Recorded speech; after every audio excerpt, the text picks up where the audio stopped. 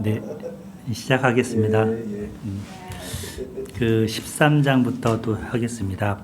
역대상 13장부터는 다윗이 이미 이제 왕으로 통치를 하고 있고 예루살렘에서 이제 왕으로 전 이스라엘을 다스릴 때 가장 먼저 한 게 뭔가? 가장 먼저 정치적인 왕이기 보다는 하나님 앞에 신앙인으로서 서고자 했던 거예요. 그래서 이분이 언약궤를 모셔오는 것을 최우선으로 합니다. 근데 실패를 하죠.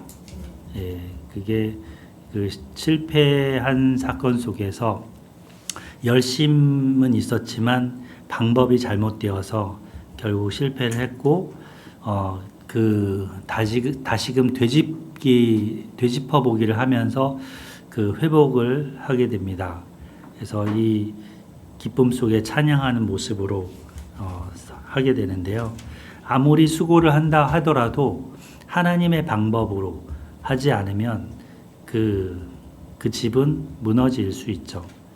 그래서 이 시편 127편 1절이 여호와께서 집을 세우지 아니하시면 세우는 자의 수고가 헛되며 여호와께서 성을 지키지 않으시면 그 파수꾼의 수고가 경성함이 깨어있음이 헛되다라는 말씀이 나오듯이요. 아무리 열심히 있더라도 그 말씀에 순종하면서 해야 되는 거죠. 봉사를 아무리 한들 말씀이 없이 봉사하면 그 끝은 좌절뿐입니다. 그래서 좋은 의도를 갖고 있지만 결국에 그것도 의도가 좋다고 하더라도 열정이 있다고 하더라도 웃사의 죽음 앞에 실패를 합니다. 여기 13장 2절 3절은 먼저 하나님의 궤를 우리에게로 옮겨오자라고 제안하는 거죠. 하나님이 다윗이 그렇게 말을 했고요. 그리고 온 무리가 다 합쳐서 이제 이렇게 연주하면서 축제 같은 방식으로 이렇게 했는데 축제가 결국 기도의 타작마당 앞에서 비극으로 바뀌었습니다. 하나의 여기 보면 하나님이 치셨다, 진노하사 치셨다 하고요. 하나님 앞에 죽었다 해서 결국 다윗은 여기서 큰 혼돈을 느끼죠. 이해가 안 되는 거죠. 하나님이 이해가 안 되는 거죠. 자기는 선한 의도로 했는데 하나님 왜 사람을 죽여? 이러면서 내가 이게 그럼 언약궤를 내 곁으로 모시고 오는 게 잘못된 건가? 어떻게 해야 되지? 이 질문을 하게 됩니다. 근데 앞서서 블레셋이 이 수레에 옮기는 것을 벳세메스로 옮겨올 때 이렇게 옮겨왔거든요. 그러니까 이방인의 그 방법대로 그대로 한 거죠. 그 하나님의 방법이 뭔지 연구하지 않은 거죠. 그래서 결국 그 방법과 태도의 문제, 방법의 문제에서는 하나님 방식이냐 내 방식이냐, 이건 이방인들이 그렇게 해서 보낼 때는 그냥 그거를 다 일단 하나님 용납하셨어. 용납하셨죠. 모르니까. 근데 하나님 백성에게는 용납 안 하셨어요. 그래서 이게 민수기 4장 15절에 나오는데요. 그핫 자손들이 들어가서 그것을 맬 것이니라. 그러나 성물은 만지지 말지니 만지면 죽는다. 경고를 하셨던 말씀이 민수기 4장 15절에 나와 있습니다. 그리고 레위 사람 외에는 하나님의 궤를 맬 수 없다는 것도 이제 나오죠. 그래서 그 태도라는 것도 보면 즐거움에 취해서 막 이렇게 풍악도 올리고 막 했지만, 그 웃사 같은 경우는 이 언약궤를 붙잡았다는 것이 왜 죽을 수밖에 없는 거냐면 그거를 통제하려고 했다는 거예요. 통제. 일종의 내가 하나님의 것을 보호할 수 있다, 하나님을 보호할 수 있다라는 그 일종의 교만일 수 있다라고 하더라고요. 그래서 이 사람 집에서 상당히 오랜 기간 동안 우사와 아효에 의해서 이렇게 언약궤가 같이 있었잖아요. 그러니까 어떻게 보면 자라면서 그냥 늘상 있는 물건, 늘상 대할 수 있는 그냥 평범한 그런 거로 치부될 수 있어서 경외심이 사라지지 않았을까라는 얘기를 하고 있습니다. 그리고 이때 이제 오베데돔의 집으로 옮기죠. 오베데돔의 집에 옮겼을 때는 하나님이 그 소유에 복을 내리셨고, 그래서 말씀에 순종해서 결국 다시금 합니다. 다시금 깨닫고 다윗이 하는 말인데요. 다윗이 이르되 레위 사람 외에는 하나님의 궤를 맬 수 없나니, 이게 다윗이 하는 말이에요. 자기가 이제 거기 15장 2절 다윗이 이르되 레위 사람 외에는 하나님의 궤를 맬 수 없나니 이는 하나님께서 그들을 택하사 여호와의 궤를 메고 영원히 그를 섬기게 하셨습니다. 네. 그리고 13절에 보면 전에는 너희가 매지 아니하였으므로 여호와 우리 하나님께서 우리를 찢으셨다. 우리가 규례대로 그에게 구하지 아니하였습니다. 그러니까 규례가 되게 중요하다는 것을 깊이 각인했죠. 그래서 15절에 보면 레위 자손이 채에 하나님의 궤를 꿰어 어깨에 매니라. 그리고는 이제 몇 발자국 가다가 제대로 되니까 막 춤추고 예물 드리고 막 이러죠. 그런 악기들인데 고대 악기들입니다. 수금, 나팔, 뭐 재금 이런 것들이 그림으로 있어서 가져온 거고요. 그래서 이제 하나님께서는 이런 실패 속에서 우리를 성장시키십니다. 그다음 16, 17장은 이제 기억 감사 선포라는 부분인데요. 그 다윗이 자기는 백향목 궁에 사는데 하나님 언약궤는 휘장 밑에 있다 하면서 불편해하는 거거든요. 자기는 호텔방에 아주 편하게 쉬고 있는데 하나님의 언약궤는 저 창고에 있어, 뭐 이런 거죠, 일종의. 그래서 내가 하나님을 위해서 뭘 할까? 지금 성막은 기드온 산당에 있어요. 기드온 산당이 따로 있고 언약궤만 예루살렘에 와 있는 거예요. 그래서 이 고민을 하고 있죠. 거룩한 불편함. 그래서 그 하나님의 궤를 이제 이제 성전을 지어드리고 싶은 거죠. 성전을 지어드리고 싶어서 이제 하는데 언약궤를 이 부분은 17장 이 부분 17장이 되게 중요한데요. 성전을 짓고 싶은 마음에 이제 하나님이 주셨던 이제 나단 선지자를 통해서 주셨던 다윗 언약입니다. 어찌 보면 이 다윗 언약이 이 구약의 여러 언약 중에 굉장히 중요한 언약이죠. 그리고 이 역대기에서는 그 왕들 남유다 왕들을 계속 이어가게 하는 근거가 되는 거죠. 이 다윗 언약이 하나님이 다윗에게 주신 언약이 그 약속이 이겁니다. 17장 10절을 우리 같이 한번 읽어보겠습니다. 17장 10절 시작. 전에 내가 사사에게 명령하여 내 백성 이스라엘을 다스리던 때와 같지 아니하게 하고 또 네 모든 대적으로 내게 복종하게 하리라. 또 내게 이르노니 여호와가 너를 위하여 한 왕조를 세울지라. 아멘. 한 왕조를 세우고 그 다음 11절에 보면 견고하게 하고, 그죠? 그는 그 집을 건축하는데 나는 그의 왕위를 영원히 견고하게 하리라. 나는 그의 아버지가 되고 그는 나의 아들이 될 것이다. 14절도 같이 읽어봐요. 시작. 내가 영원히 그를 내 집과 내 나라를 세우고 그의 왕위가 영원히 견고하리라 하셨다 하라. 아멘. 요 14절은 비교해 보세요. 사무엘 그 하 7장의 부분이랑 이렇게 손으로 이렇게 한 다음에 비교해 보세요. 뭐가 다르냐면요. 16절이랑 뭐가 다른 것 같아요? 역대상 17장 14절하고 사무엘하 7장 16절하고 한번 비교해 보세요. 뭐가 다른 것 같아요?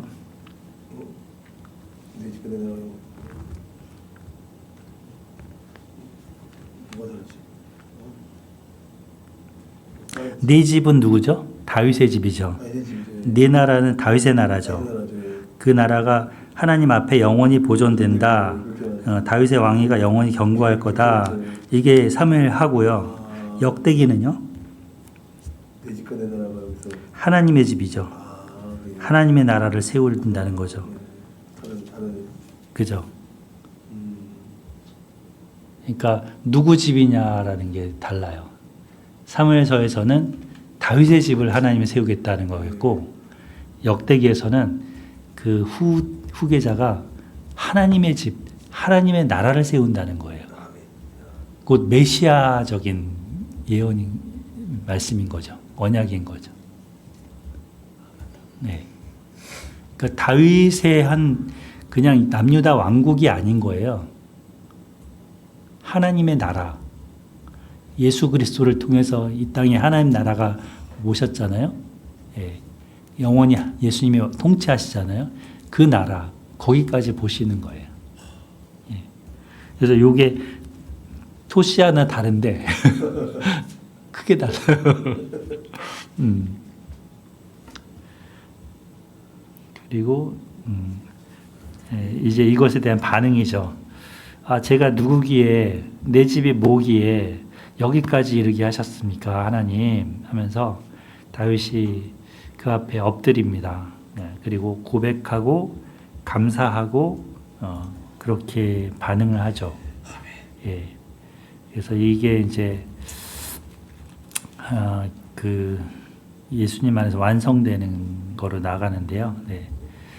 이 뒷부분에는 이제 분열왕국으로 이렇게 나가는데요. 예. 18장으로 보겠습니다. 예. 18장 보면 승리 후의 세 가지 고백에서 다윗이 어떤 승리한 이후에 이제 어떤 그게 반응하는가 이런 겁니다. 예. 보통 요즘도 전쟁이 많죠. 예. 인재 전쟁이 갖고 인재 확보를 위한 전쟁도 있고 일자리 전쟁, 또 개인의 삶 속에도 자녀 교육, 노부모 돌봄, 건강 이 부분으로 늘 전쟁이고, 영적으로는 사단 죄 마음의 벌판에서 벌어지는 전쟁들이 있습니다. 예. 그런데 승리는 어디서 오는가? 승리는 오직 하나님을 의지할 때 주어진다는 겁니다. 그래서 18장 6절을 한번 우리 하광수 목사님 읽어주실까요? 18장 6절. 다윗이 다메섹 아람의 수비대를 두매 아람 사람이 다윗의 종이 되어 주공을 바치니라. 다윗이 어디로 가든지 여호와께서 이기게 하시니라. 아멘. 네, 여호와께서 하나님이 이기게 하셨기 때문에 이기는 겁니다. 근데 어디로 가든지 너무 신나지 않아요? 여러분. 네. 그래서 가는 곳마다 승리하는. 아멘. 이거는 약속에 의해서 이루어지는 거예요. 그래서 그 17장 8절을 보면 하나님이 그렇게 약속을 하셨었어요. 그래서 17장 8절에 네가 어디로 가든지 내가 너와 함께 있어 네 모든 대적을 네 앞에서 멸하였은즉 세상에서 존귀한 자들의 이름 같은 이름을 내게 만들어 주리라. 아멘. 그래서 승리를 주겠다는 약속이 주어져 있었고, 그 승리를 이루시는 게 18장 6절에도 나오고 13절에도 나오는 거죠. 예. 어디로 가든지 에돔이나 아람이나 다 하나님이 이기게 하십니다. 예. 이 하나님께서 승리를 주시는. 그래서 우리도 보면 승리하는 인생, 부활 신앙인데, 이게 고린도전서 15장 맨 마지막 절에 보면 이기게 하시는 하나님께 감사하리로다. 우리 주 예수 그리스도로 말미암아 우리에게 승리를 주시는 하나님이로다. 이렇게 얘기하죠. 예. 그래서 그 하나님은 우리에게 승리를 주신다. 마음의 승리. 예. 그래서 그 내가 아멘. 예. 어제도 밤에 우리 손주가 막 아프다 그래서 기도했는데 열이 막 40도까지 올라간다고. 예? 예. 밤새 또 이제 열이 좀 내려갔다고 하더라고요. 예. 원주 목사님하고 사모님 보면은 부러워. 완전히 그냥 다 장가보는 강자 덕분에 그렇습니다. 네. 우리에게도 승리가 이미 주어진 이긴 싸움을 우리는 싸우고 네. 있습니다. 예. 그래서 예수님도 내가 이미 세상을 이겼다 하셨죠. 예. 이김을 주시는 우리 주님. 예. 그래서 이 승리 후에 어떻게 반응을 했는지 신앙 고백이 그 후에 나와요. 발의 힘줄을 끊는 부분이 나와요. 이게 여기 나오네요. 18장 4절. 18장 4절. 4절이요. 네. 예, 목사님 한번 읽어주실래요? 18장 4절. 예. 다윗이 그에게서 병거 1000대와 기병 7000명과 보병 2만 명을 빼앗고 다윗이 그 병거 100대의 말들만 남기고 그 외의 병거의 말은 다 발의 힘줄을 끊었더니. 네, 아멘. 그렇죠. 당시에는 이 말이 군사력이에요. 오늘날 치면 탱크, 비행기. 근데 적들로부터 이거를 딱 이렇게 얻어냈잖아요. 근데 비행기를 다 불태웠다고 생각해 보세요. 탱크를 다 불태운 거야. 조금만 남기고. 이게 다윗에게는 신앙 고백이었다는 거예요. 뭐 스텔스 전투기 같은 거 싹 태워버려. 우리는 이 군사력 의지하지 않고 여호와 하나님만 의지해. 이거죠. 드론 다 없애버리고. 그러니까 대단한 신앙 고백이잖아요. 아멘. 예. 그러면 무방비. 적군이 들어와도 무방비잖아. 예. 이 말의 힘줄이 여기라는데 여기 여기를 예. 말을 죽인 건 아니고 그렇죠. 예. 군마로 못 쓰게.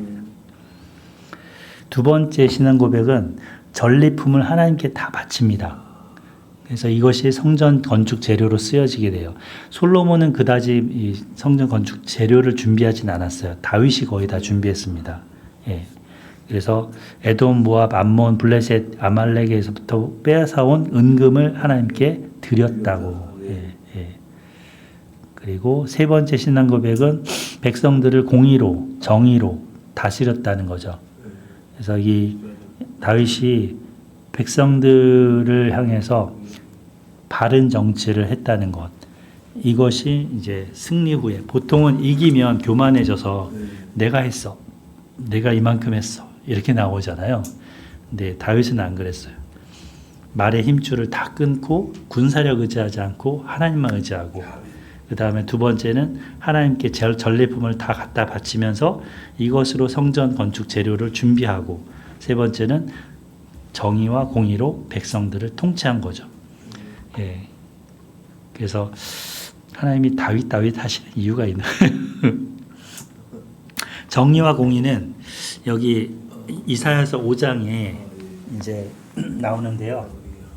맨 마지막에 보면 이 하나님의 노래거든요. 포도원을 만드셨는데 하나님 이 들포도를 맺은 것에 대한 탄식하는 거예요.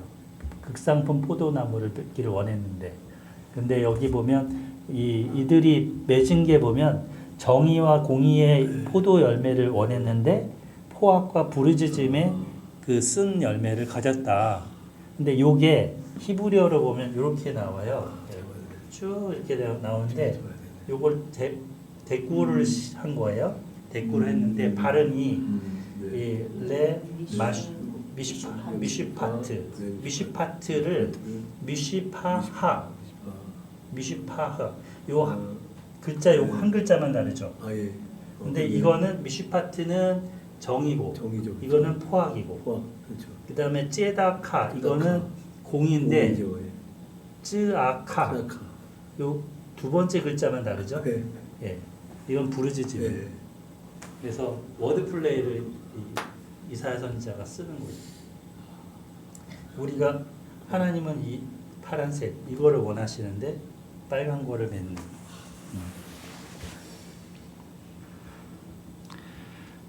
그래서 그 세 가지 신앙 고백 이런 삶을 곧 이런 삶이 끝까지 삶의 성공을 이어갈 수 있는 비결이다라는 것을 살펴볼 수 있었습니다.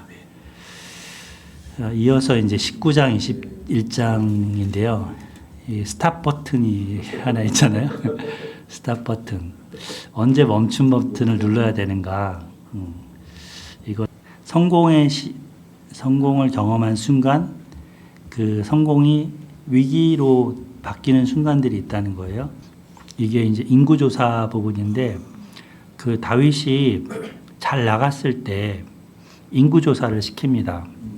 근데 여기 보면은 사단이 그걸 시켰다라고 나와요. 21장에 보면 사단이 일어나 이스라엘을 대적하고 다윗을 충동하여 이스라엘을 계수하게 하니라. 예.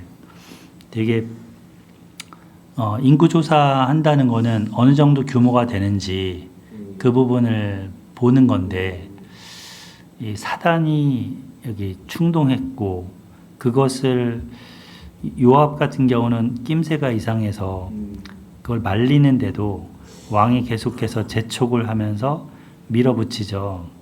그리고 훌륭한 신하네요. 예, 훌륭하죠. 맞아, 이럴 때는 또 아주 예. 영적인 초기 그러니까 초기 발달했죠. 그때도 그리고 요압이 말만 들었어도 예, 6절에 보면 왕의 명령을 마땅치 않게 여겨서 레위와 베냐민 사람은 빼버려요. 그렇죠. 예, 그래서 또 이것이 또 이제 왕과 그 요압과의 사이에 의견이 갈리면서 그죠? 제대로 인구 조사가 되지도 않는 거잖아요. 의도한 대로 이 모든 일이 이제 악하게 하나님이 여기셨다 해서 치시는데 예, 결국은 그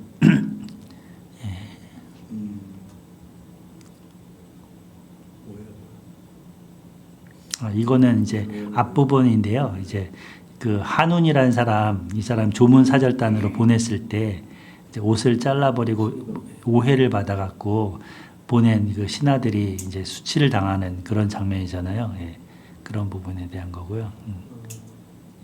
여기에 이제 그 인구조사에 대한 부분 계속 얘기하면 이때 사실 성공한 자리에서 스탑 버튼을 눌렀어야 된다는 거죠. 예. 자기 힘을 확인하고자 하고 싶어 하는 것. 내 규모가 어느 정도 되는지 자랑하고 싶어 하는 것. 이런 것들이 사단의 충동질에 의한 거라는 겁니다. 예. 교만 일종의. 그동안 이게 된 것은 하나님 은혜인데 다윗의 힘이 아닌 하나님의 은혜인데 그것을 자기 힘인 것처럼 생각하고 그것을 재려고 했을 때 그것이 결국은 넘어질 수 있는 상황이었다는 거죠. 그래서 이게 이제 아라우나의 타작마당이 솔로몬 성전이 지어졌던 장소랑 같은 위치인데요. 예. 그 자리에서 하나님은 다윗이 이제 회개하고 고백하게 하죠. 내가 공경에 빠졌도다. 범죄하고 악을 행한 자는 곧 나니이다. 그러면서 거기서 번제를 바치고 그 제단을 쌓게 되면서 그 장소가 곧 성전이 세워지는 장소가 됩니다.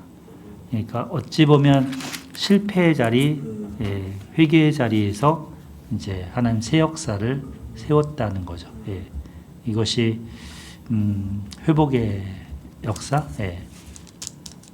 우리도 그렇지 않나요? 우리 잘못됐던 부분들 그 위치에서 하나님이 새롭게 다시금 일어서게 하시고 변화시키시는 내 연약함을 자랑하게 하시는 예, 약함을 자랑하게 하실 수밖에 없게 하는 그 하나님이십니다. 그래서 이 부분을 다뤄본 거고요. 예. 22장은 이제 그 다음 세대에 대한 건데 다윗이 그 성전을 건축할 것을 위해서 미리 준비하고 솔로몬이 어리기 때문에 이제 이것저것을 모아놔요.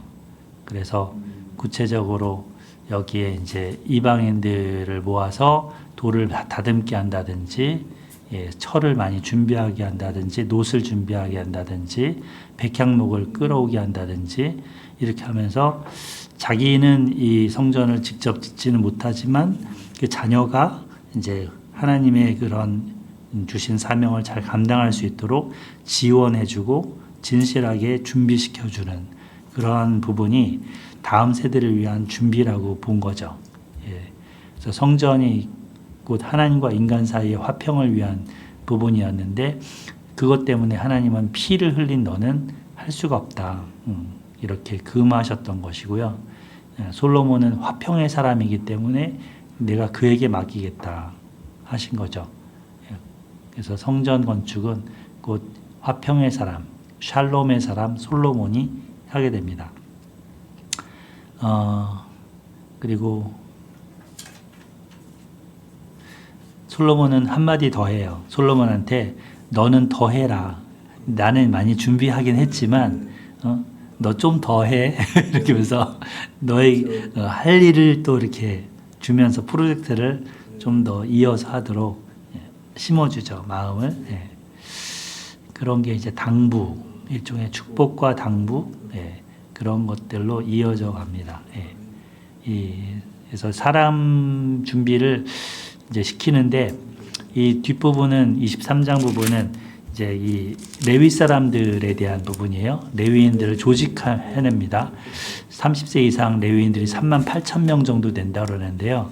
이 사람들을 적재적소에 배치하고 이제 그 임무를 맡깁니다. 이게 조직을 짜는 거죠. 행정 조직 같은 조직을 짜내고 결국에 그 가운데서 앞에 부분에 다음 세대에 이런 맡기는 부분, 조직을 짜는 부분 이런 것들이 후대에 다 이루어지도록 하기 위한 준비였습니다. 그래서 23장까지 쭉 나왔고요. 24장부터 뒷부분은 이제 또 족보예요. 엄청 많은 사람 이름이 열거가 돼요. 읽기도 힘든.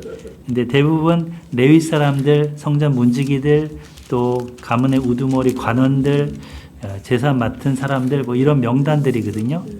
그래서 27장까지는 이렇게 성경으로 한번 보시면 좋겠는데 사실 이 당시 포로 귀환 공동체도 이들의 후손들이기 때문에 굉장히 이것에 대한 중요성을 알고 있어서 그 부분을 염두에 두지 않겠나 싶어요. 이 25장에 보면 찬송을 맡은 사람들 나와요. 찬송을 맡은 사람들 25장에 아삽의 아들들, 여두둔, 헤만의 아들들. 그래서 7절에 보면 288명 총 수요가 288명. 그래서 각 조별로 24조를 만들죠. 24조, 12명씩. 지금으로 보면 12명 성가대가 24조 해갖고 두 주씩 맡아서 한다고 치면 되지 않을까요? 이런 조직도 있었고, 그죠? 너무 한 사람이 막 오래 하면 힘들어. 맞아요. 그리고 제사장들도 24조로 나눠서 돌아갔었는데, 그게 24장이죠. 24장에 아론 제사장들 계열이 24조로 돌아가는데 10절을 한번 우리 한나 사모님 읽어주실래요? 24장 10절. 7째는 학고수요, 8째는 아비야. 거기 아비야의 밑줄 그어 넣으시면 이 사람이 누구죠? 세리완의 아버지. 그죠? 아비야 반열. 그러니까 네 번째 딸 이렇게 된다고 치면 되겠죠? 그때가 그거에 대한 얘기고요. 되게 그러니까는 아마 그 후손들이 예수님 당시에도 막 이랬을 것 같아요. 우리는 레위 집파, 우리 아비야 반열이야. 맞아요. 우리는 뭐 무슨 반열이야 이런 말들이 그 중국에 가면 공자 몇 대 손이라고 막 그러면서 뭐 파는 사람들이 있어요. 그러니까 그런 거를 방문을 잘하는. 맞아요. 그 일본에서도 그 심수관이라는 그 자손들이 14대. 그러니까 그 자손이 태어나면 내가 이제 김원주가 아들을 낳으면 이름이 김원주 1이지. 김원주 1. 그다음에 김원주 아들이 또 태어나면 김원주 2. 심수관 14까지. 와. 심수관이라는 그 도자기를 비롯한 유명한 사람이에요. 도자기를 강제로 실제로 제명하지 않고 강제로 우리는 석천제 1대, 석천제 2대 이렇게. 그게 이제 그 에스라 같은 경우는 에스라 7장 거기 5절에 보면 나는 대제사장 아론의 16대 손이야. 이렇게 얘기하잖아요. 16대 손이야. 자손이 그렇게 불러주면 너무 고맙죠. 예. 자, 28장, 29장 보면 다윗의 마지막 유언인데요. 예. 이 나의 형제들, 나의 백성들아 하면서 마지막 유언을 합니다. 내 말을 들으라. 나는 여호와의 언약궤 곧 우리 하나님의 발판을 보완할 성전을 건축할 마음이 있었다. 그래서 이 언약궤가 하나님의 발판이라는 생각이 있어요. 다윗은 하나님의 보좌는 하늘에 위에 있고 발등상 정도밖에 아니다. 그러니까 이 하나님을 성전에 모시겠다는 게 아니고, 그죠? 하나님의 발판. 그래서 솔로몬도 이러한 마음이 있거든요. 성전, 보통 신들은 성전에다 가둬두잖아요. 신들을. 그렇지 않죠. 그리고 하나님이라는 말을 써요. 하나님이 나를 택하셨고, 하나님이 나를 기뻐하셨고, 하나님이 나를 온 이스라엘의 왕을 삼으셨다. 하나님께서 솔로몬을 택하셨고 하나님이 이스라엘을 다스리게 하려 하셨다. 그래서 이러한 고백이 절대 주권, 하나님에 대한 절대 주권, 그 고백이 있는 거죠. 그리고 하나님의 손이 내게 임하여 이 모든 일을 내 설계를 그려서 나에게 알려주셨다. 그러니까 이 성전, 솔로몬 성전의 설계도는 하나님이 다윗에게 주셨다는 거예요. 인간적인 그런 디자인이 아니고, 그리고 그거를 솔로몬에게 물려주면서 이것은 이러이러해 이렇게 설명해 줬다는 거예요. 양식을. 그러니까 솔로몬 때 디자인한 게 아니고 다윗 때. 그래서 이 그림에 보시면 여기 다윗이 아이한테 설계도면 그려주는 이게 AI로 그린 그림이거든요. 되게 잘 표현해 주죠. 하나님이 저 설계도를 그려주신 거잖아요. 네. 그렇죠. 그렇죠. 하나님의 AI야. 예. 예. 그래서 뒷부분은 이제 이 모든 것이 마지막 절 모든 것이 주께로 말미암았사오니 우리가 주의 손에서 받은 것을 주님께 드렸을 뿐입니다. 이런 청지기 자세.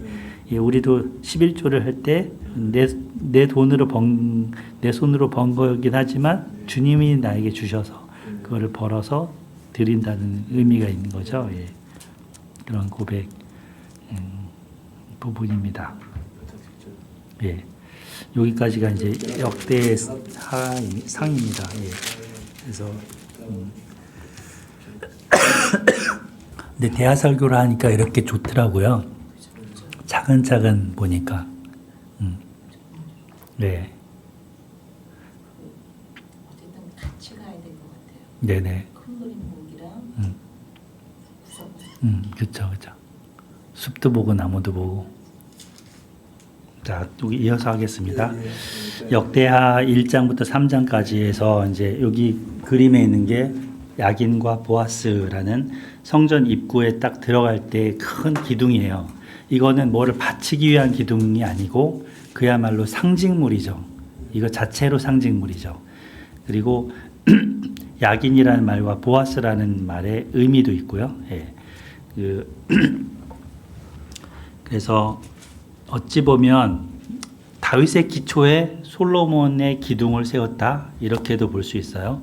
성전의 기초는 다윗이었고 하나님을 향한 그 사랑, 하나님의 주권에 대한 믿음, 그리고 사람을 준비시키는 그 것들, 재료를 준비시키는 것들, 이 모든 게 다 다윗의 기초하에 이루어졌고요.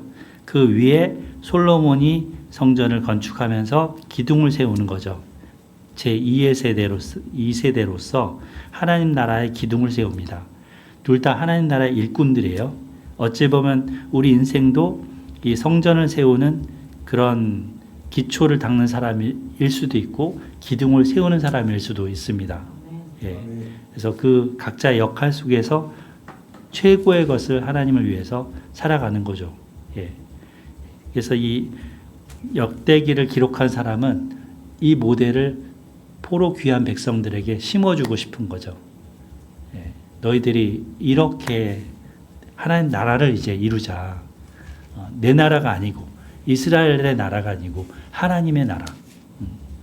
그래서 그 마음을 얘기하고 있습니다. 첫 번째 이 기둥 중에 하나, 이 지혜와 지식의 기둥. 그래서 예배의 기둥이죠. 기도하고 예배드리는 그 기둥.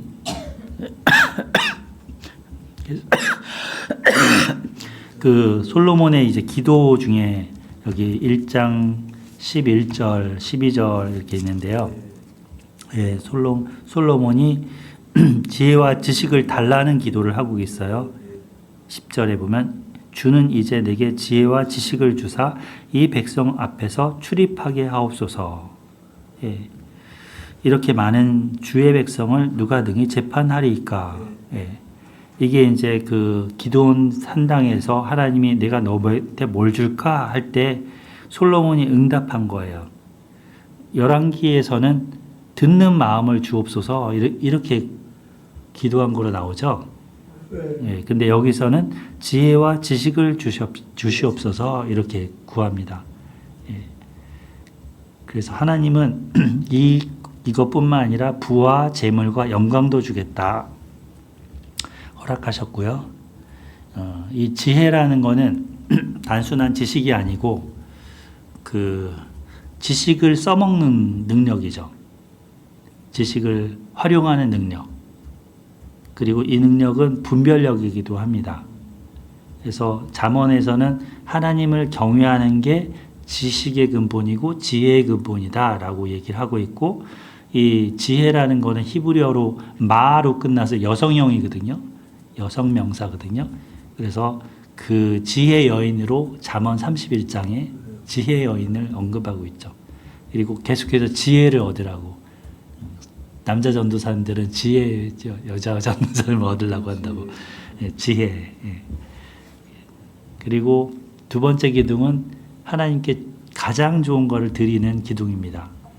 그래서 가장 좋은 거는 뭐죠? 금이죠. 금 은동할 때 금이잖아요. 예. 요즘 금값이 많이 떨어져 갖고 예. 최고의 재료인 그 순금, 나무에서도 백향목, 그리고 장인들도 최고의 기술을 가진 사람들을 모아서 그 하나님의 성전을 세웁니다. 예. 이때 이방왕, 두로왕, 후람도 협력을 했는데요. 이것은 마치 하나님의 성전과 같은 교회를 세울 때 유대인과 이방인이 하나 돼서 교회를 이룬다. 에베소서 2장 에베소서 2장에 있는 것처럼 그렇게 그 모델을 보여주고 있습니다. 야긴과 보아스, 이 뜻은 야긴은 야킨, 쿤이라는 단어에서 나왔어요. 쿤, 세우다. 예, 그래서 야를 붙여서 그가 세운다. 보아스는 힘이라는 뜻이 있어요. 힘, 능력. 예, 능력이 있다. 그래서 이 하나님에게 능력이 있고 하나님이 세우신다. 이런 신앙 고백을 보여주는 그런 기둥들인 거죠. 예. 그래서 우리 삶에도 이제 하나님의 성전을 세워가는데 개신교가 참 약한 게 뭐냐면 교회론이에요. 개인 신앙을 너무 강조하다 보니까 교회 공동체의 중요성에 대해서 자꾸 너무 이렇게 무시하는 경향이 있어요. 근데 공동체로 벽돌처럼 하나님의 성전을 세워가는 거죠. 두세 사람이 모여야지 주님이 그곳에 계시잖아요. 그죠? 예. 그 다음에 5장부터 7장인데요. 이제 성전을 세운 이후에 솔로몬의 이제 그 기도가 나오는 부분입니다. 예, 5장부터 그 5장 1절에 보면 여호와의 전을 위하여 만드는 모든 일을 마친지라. 예, 마치고 나서 2절에 보면 이해하면서 이제 그 나오거든요. 소집하고 사람들을 소집하고 쭉 나오는데 예, 하나님의 임재가 임하는 부분입니다. 그래서 그리고 솔로몬의 기도가 있는 부분이죠. 이 부분에 보면 5장에서는 하나님이 마치 출애굽기 40장에 나온 것처럼 이 솔로몬 성전에도 하나님의 그 구름, 쉐카이나 영광의 구름이 가득 임하였다라고 나와요. 13절에 보면 5장 13절에 보면 여호와의 구름이 하나님의 전에 가득했다. 여호와의 영광이 하나님의 전에 가득했다. 그래서 마치 광야의 성막대처럼 인간이 만든 이 참 하나의 구조물인데 그것을 받으시고 거기에 거하시는 이 우주에 통치하시는 왕이 자신을 보여주시는 거죠. 구름 가운데. 그래서 그 부분이 언급이 됩니다. 그래서 오늘날은 이 여호와 영광이 예수 그리스도 안에 있죠. 예수 그리스도 안에 하나님의 영광의 구름이 가득하죠. 예수님은 은혜와 평강이 그죠? 하나님 은혜와 진리가 충만했다. 그 예수님처럼.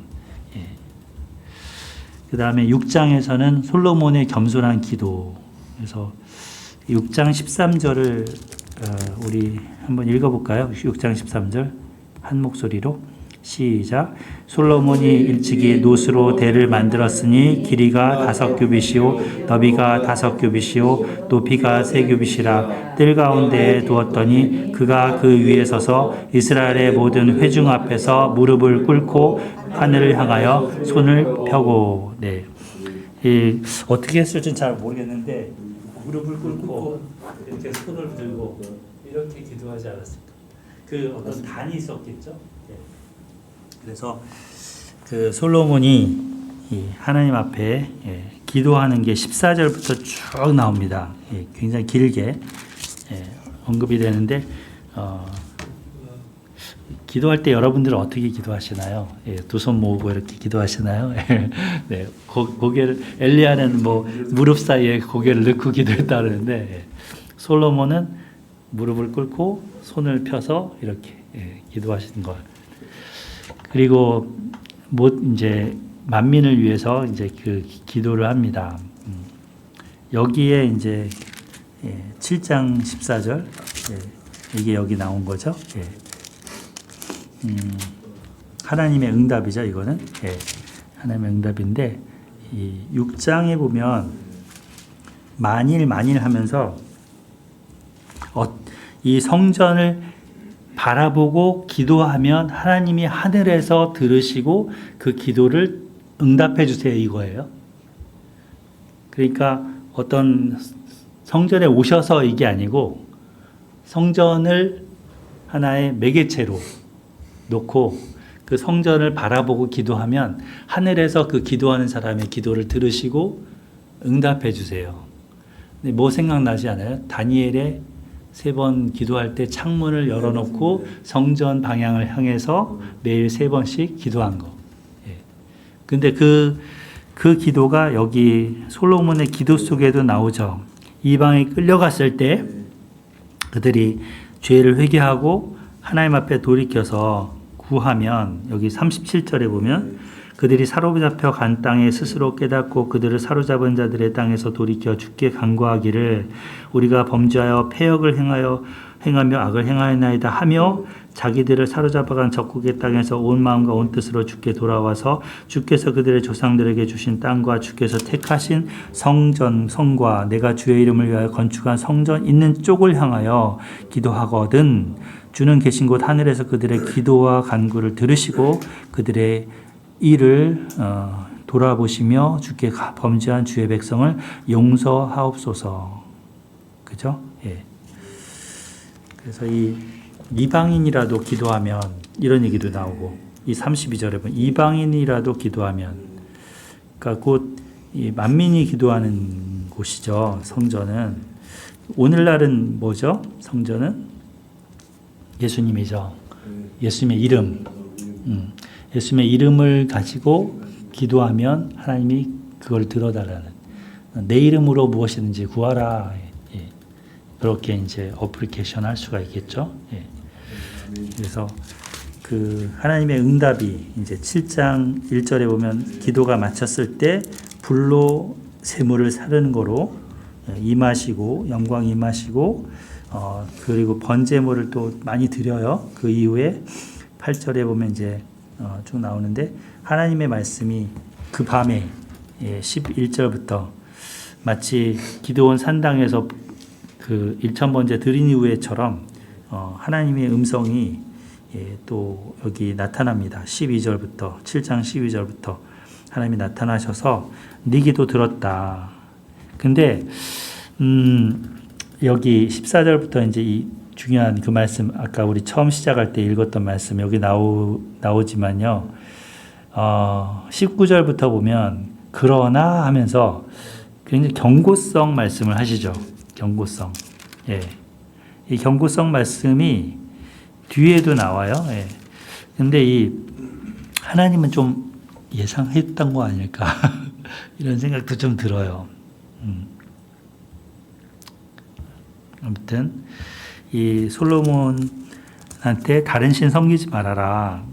다른 신 섬기면 어떻게 된다. 아무리 성전이라도 이 성전은 그냥 농담거리, 비웃음거리가 나중에 될 수밖에 없다. 이렇게 경고를 하시죠. 이게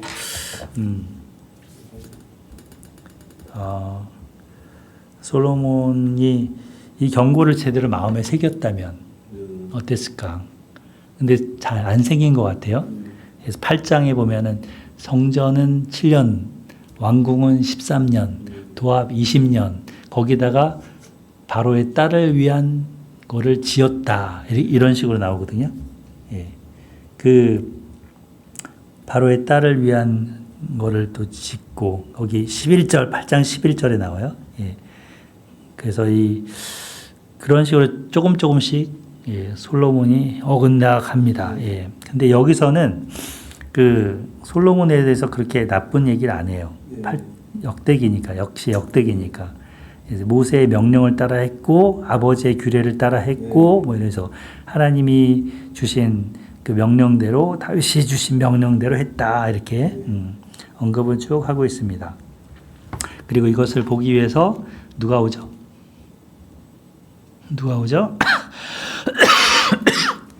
스바야 왕. 스바야 왕 그죠? 소문과 현실과 차이가 있더라. 소문에 대해서 들었는데 어떤 현실을 발견했을까요? 일단 20년간 건축한 그 사업 또 여러 가지 보았죠. 예. 이거는 뒷부분이고 스바야 왕 방문한 부분입니다. 예. 그 스바야 왕이 챗GPT도 대답하지 못하는 난제들을 갖고 왔대요.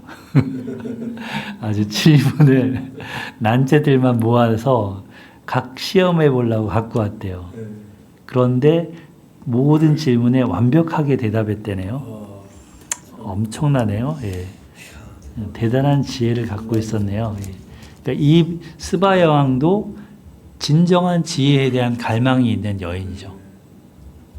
뭔가 궁금한 게 많은 거죠. 여러분들처럼. 예. 그래서 솔로몬을 찾아왔는데 기대 이상인 거죠. 기대 이상. 여러분들도 오늘 성경 강좌가 기대 이상이었기를 소망합니다. 아멘. 기대 이상이죠. 아멘. 예. 그래서 졸려요. 목소리가 잔잔하셔가지고. 아, 그런가요? 제가 좋습니다. 좋습니다. 마음에 안 닿았어요. 식곤증이. 네. 그래서 이 스바야 왕의 고백이 보면 이제 와서 보니까 당신의 지혜가 내가 들은 소문보다 더합니다. 굉장히 부러워하는 거죠. 옆에 있는 사람들을. 옆에 신하들, 사람들 늘상 그 지혜 듣고 살고 있지 않겠나. 근데 가까이 있는 사람은 잘 몰라요. 또. 우리 성도들은 잘 모르고. 예? 그래서 예수님도 이런 대접 받으시죠? 예수님 왔는데 사람들이 잘 몰라줘. 네. 야, 내가 얼마나 큰 사람인지 알아? 내가 얼마나 위대한 사람인지 알아? 그래서 솔로몬보다 더 큰 사람이야. 이렇게 얘기하죠. 응? 남방 여왕 그 먼 거리를 선물 싸들고 그 먼 거리를 온 그 사람이 솔로몬 만나라고 하는데 기껏 사실은 내 발에 때만도 못해. 뭐 이래서 그 정도로 이렇게. 근데 바리새인들은 막 너무 무시했죠. 교만하게. 예수님도 이런 대우를 받으셨어요. 자, 역대하 10장을 보겠습니다. 예, 역대하 10장은 솔로몬 당시 금방패를 500개를 만들었어요. 큰 방패, 작은 방패에서 300개, 200개 해갖고 그 방패 값들이 수십억 정도 된대요. 근데 이거를 다 뺏겨버리는 게 르호보암 때죠. 르호보암 때.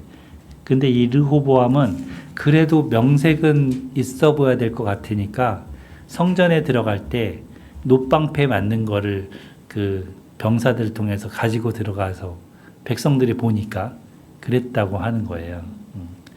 그 부분입니다. 네, 성전의 방패는 전투할 때 그러니까요. 사용되는 건데 왜 성전에 가지고 들어갔을까? 그죠, 웃기죠. 네, 허세. 허세 진짜. 예. 뭐 영적인 방어 뭐 이런 것도 모르겠어요.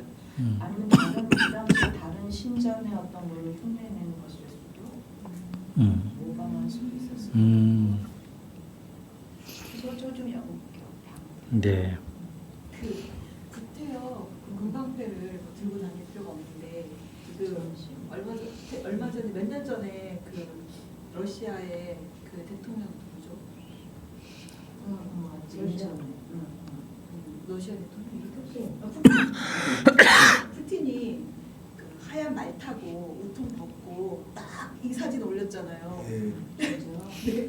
자기의 남성미를 과시하고 이렇게 건재하다는. 부터 그 좋은 자가용이 있을 텐데 무슨 하얀 말에다 우통 벗고 그 늙은 할아버지가 이렇게 올리는데 아니 실제로 그 사진을 올리고 자기 과시. 자기가 비슷한 전 세계에 그럴 수 아니, 있겠다. 근데 한국에 아줌마도 볼 정도면 금방패라면 성전에 들고 가면서 그 과시용 막 그렇게 되는데 그걸 다 뺏기고 솔로몬도 사실 과시였어요.